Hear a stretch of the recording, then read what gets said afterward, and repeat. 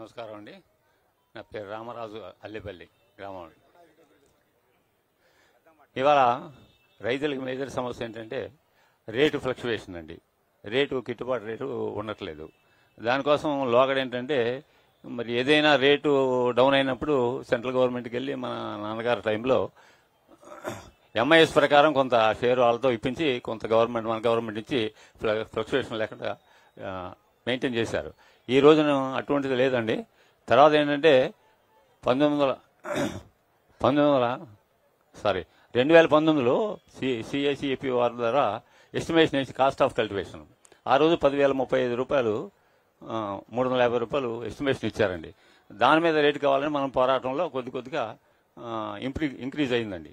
అయితే లోగడ ఏంటంటే 2 సంవత్సరాల క్రితం ఒకేసారి రేటు 23,336 రూపాయలు అయ్యి తర్వాత సడన్ గా 13,000, 12,000 మధ్యలోకి డౌన్ అయిపోయింది.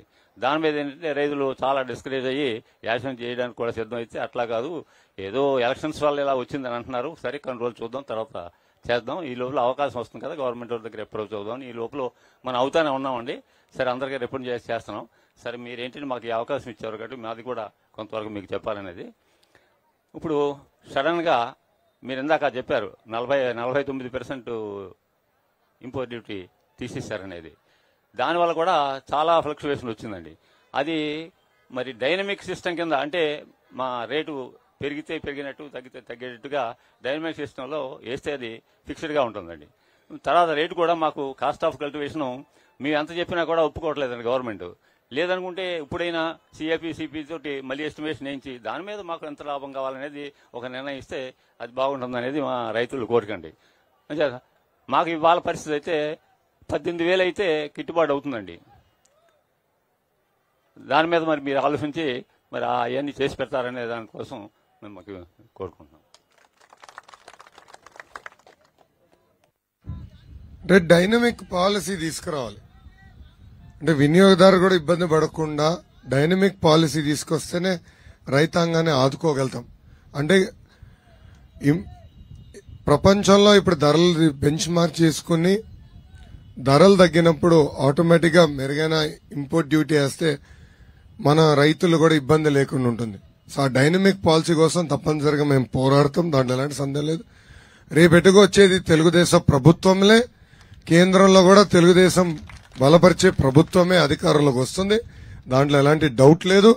సో తప్పనిసరిగా ఇది టేకప్ చేస్తాం, ఈ సభాముఖం మీకు తెలుపుతున్నాం. మీరు అన్నట్టు కాస్ట్ ఆఫ్ కల్టివేషన్ అనేది మీరు చెప్పారు, అది రేపు అధికారంలోకి వచ్చిన తర్వాత అది కూడా టేకప్ చేయాలి. ఎందుకంటే ఇప్పుడు ఇత్తనాల ధరలు పెరిగిపోయినాయి, ఎరువుల ధరలు పెరిగిపోయినాయి, పురుగు మందుల ధరలు పెరిగిపోయినాయి, పెట్రోల్ డీజిల్ ధరలు కూడా విపరీతం పెరిగిపోయినాయి, క్వార్టర్ బాటిల్ ధర కూడా పెరిగింది. సో ఈ ప్రభుత్వ అధికారంలోకి వచ్చిన అన్ని బాధుడే బాధుడు. కరెంటు ఛార్జీలు 9 సార్లు పెంచారండి, ఆర్టీసీ ఛార్జీలు 3 సార్లు పెంచారండి, అన్ని పెంచేశారు. దీనివల్ల అన్ని ధరలు పెరిగినాయి.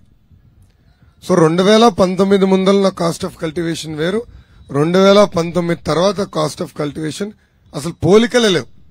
గతంలో సంవత్సరానికి 5%, 7% పెరిగేది, ఇప్పుడైతే ఇంకొక సంవత్సరం 50% పెరుగుతుంది, ఇంకో సంవత్సరం 20% పెరుగుతుంది. ఇట్లా విపరీతంగా పెరిగే వల్ల రైతాంగం తీవ్రంగా నష్టపోతున్నారు, దాంట్లో ఎలాంటి సందేహం లేదు. తప్పనిసరిగా కాస్ట్ ఆఫ్ కల్టివేషన్ కూడా మళ్ళీ రీసెట్ చేయాల్సిన అవసరం ఉంది, అది తెలుగుదేశం పార్టీ టేకప్ చేస్తుంది. Thank you.